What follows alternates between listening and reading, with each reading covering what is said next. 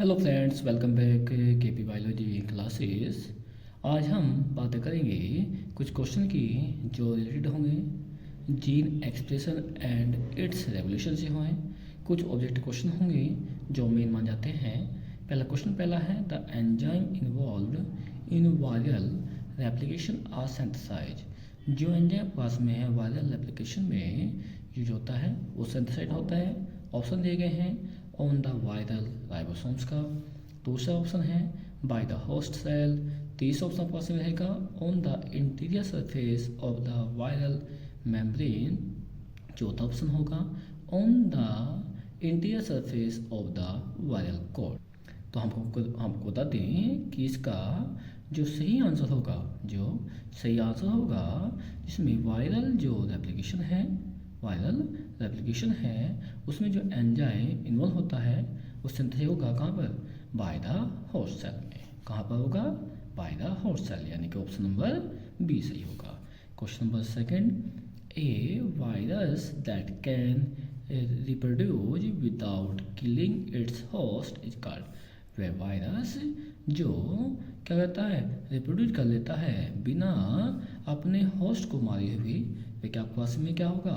Option दिए गए हैं template virus, lytic virus, retractive virus और वायरॉन। तो आप बता दें कि इसका जो सही ऑप्शन होगा, ऑप्शन क्या होगा, ऑप्शन नंबर ए सही होगा, यानी टेम्पलेट वायरस है। Question number 3, A operon is operon क्या है। ऑप्शन देगा आपके पास में प्रोटीन क्या है, प्रोटीन दैट सुप्रेसिव जीन एक्सप्रेशन। दूसरा है प्रोटीन दैट एसेलेरेट जीन एक्सप्रेशन। तीसरा है cluster of structural gene with related function. चौथा ऑप्शन है gene that switch other gene on और ऑफ। तो आप बता दें कि जो ओपेरॉन है क्या है, जो ओपेरॉन है उसका सही जो आंसर होगा वो होगा ऑप्शन नंबर सी, यानी cluster of structural gene with related function.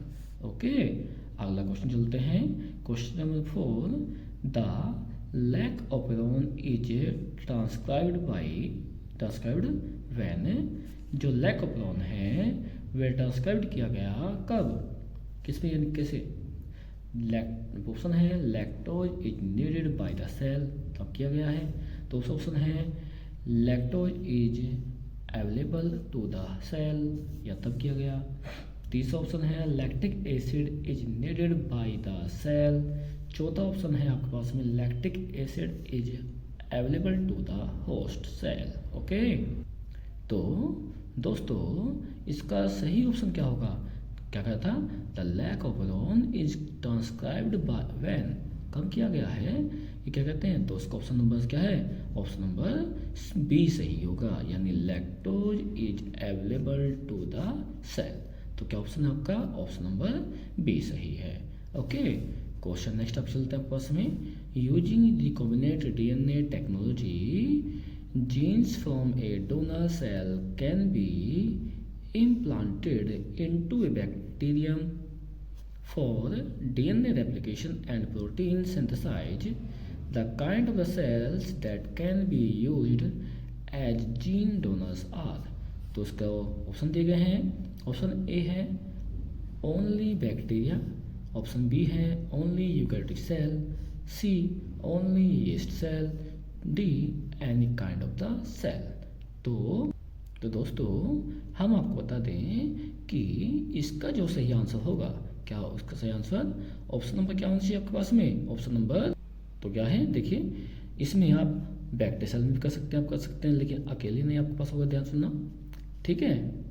तो उस आपके पास में ओनली यूकैरियोटिक सेल, ठीक है, ओनली नहीं आएगी, यूकैरियोटिक सेल में कर सकते हैं आपके पास में, ओनली सेल, तो इसमें भी नहीं, क्यों नहीं, क्योंकि हमने कहा कि जितनी सेल आपके पास में कि इसमें क्या है, सब में हो सकता है। हम ये कहें कि all kind of the cell में ये हो सकता है, तो क्या होगा, ऑप्शन नंबर डी सही होगा। क्या होगा, डी सही माना जाएगा। ओके, अगला क्वेश्चन चलते हैं। क्वेश्चन नंबर सी कि a restriction enzyme restriction enzyme breaks bonds between the, जो रेस्ट्रिक्शन एंजाइम है बॉन्ड को ब्रेक डाउन करता है बीच में किसके, ऑप्शन है base pair of a DNA molecules, दूसरा ऑप्शन है sugar and phosphate component of a nucleic acid molecules, तीसरा ऑप्शन है base pair of a DNA RNA hybrid molecules, चौथा है exon and intron of a DNA molecules.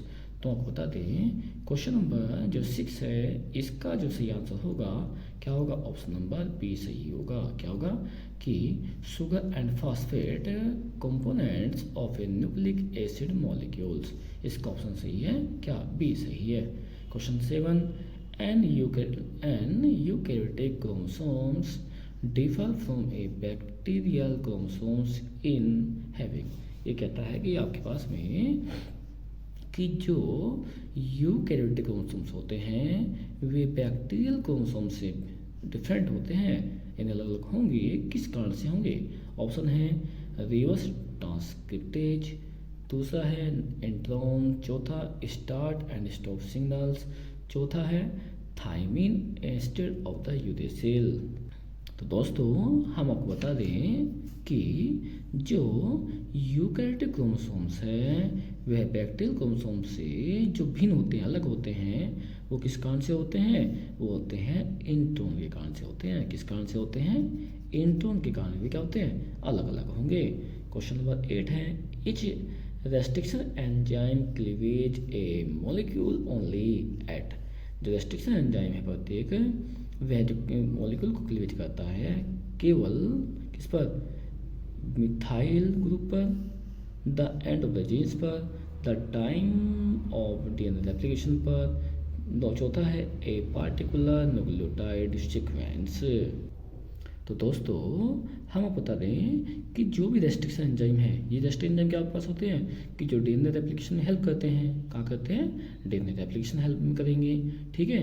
और आप जानते भी हैं कि जब डीएनए का रेप्लिकेशन करते हैं तो उसमें न्यूक्लियोटाइड होते हैं, क्या होते हैं, न्यूक्लियोटाइड, जो कि बिल्कुल क्या एक सीक्वेंस में होते हैं, बेस पेयर क्या होते हैं, जिन्हें हम बेस पेयर कहते हैं, क्या होता है, वे बिल्कुल सीक्वेंस में होते हैं, विदाउट सीक्वेंस किए वे डीएनए फॉर्मेशन नहीं करेंगे और ना ही उनके पास कोई स्पेसिफिक प्रोटीन होगी। तो क्या है देखिए इसमें मिथाइल ग्रुप जो ये नहीं है, यहाँ नहीं होता, दूसरा है द एंड ऑफ जीन्स बिल्कुल नहीं है, ठीक है। तीसरा ऑप्शन है the time of DNA replication, ये टाइम क्या डीएनए का, इस पर भी नहीं होने का। तो चौथा ऑप्शन क्या आपके पास होगा, ए पार्टिकुलर न्यूक्लियोटाइड सीक्वेंस, यानी डीएनए के रेप्लिकेशन करने के लिए हमें न्यूक्लियोटाइड के एक यानी पार्टिकुलर सीक्वेंस की रिक्वायरमेंट होती है जहाँ से हम इसको कट कर सकते हैं, ठीक है। जिस स्थान को हम क्या कहते हैं, प्लेस को और एक कहते हैं।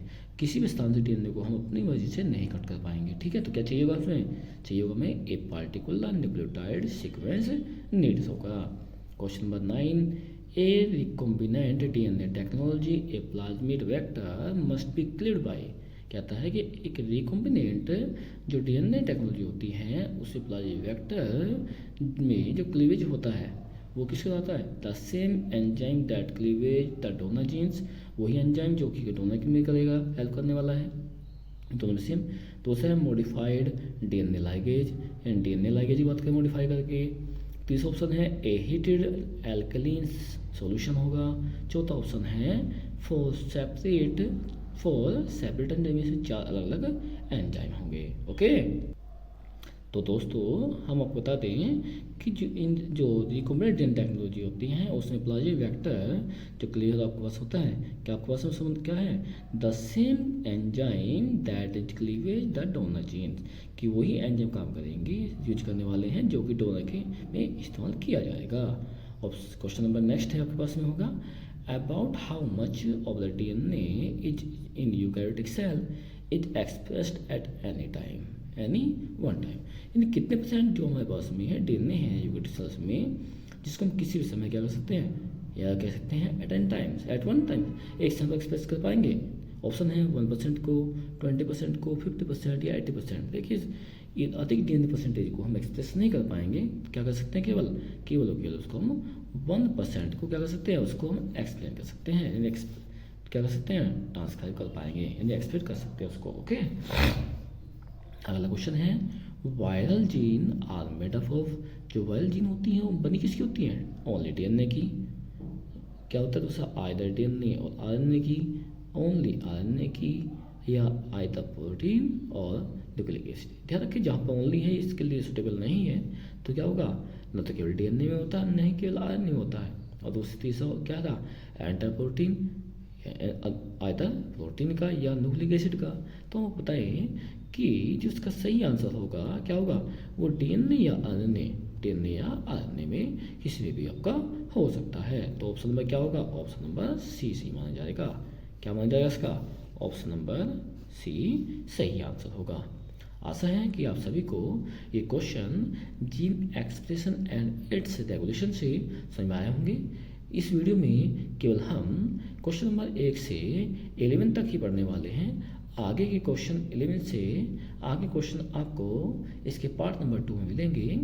यदि आप चाहते हैं कि इसके आगे क्वेश्चन भी आपको प्रोवाइड करा जाए तो वीडियो को लाइक करें, कमेंट करें और शेयर करें, और आगे वीडियो देखने के लिए चैनल को फॉलो और सब्सक्राइब करिए। थैंक्स।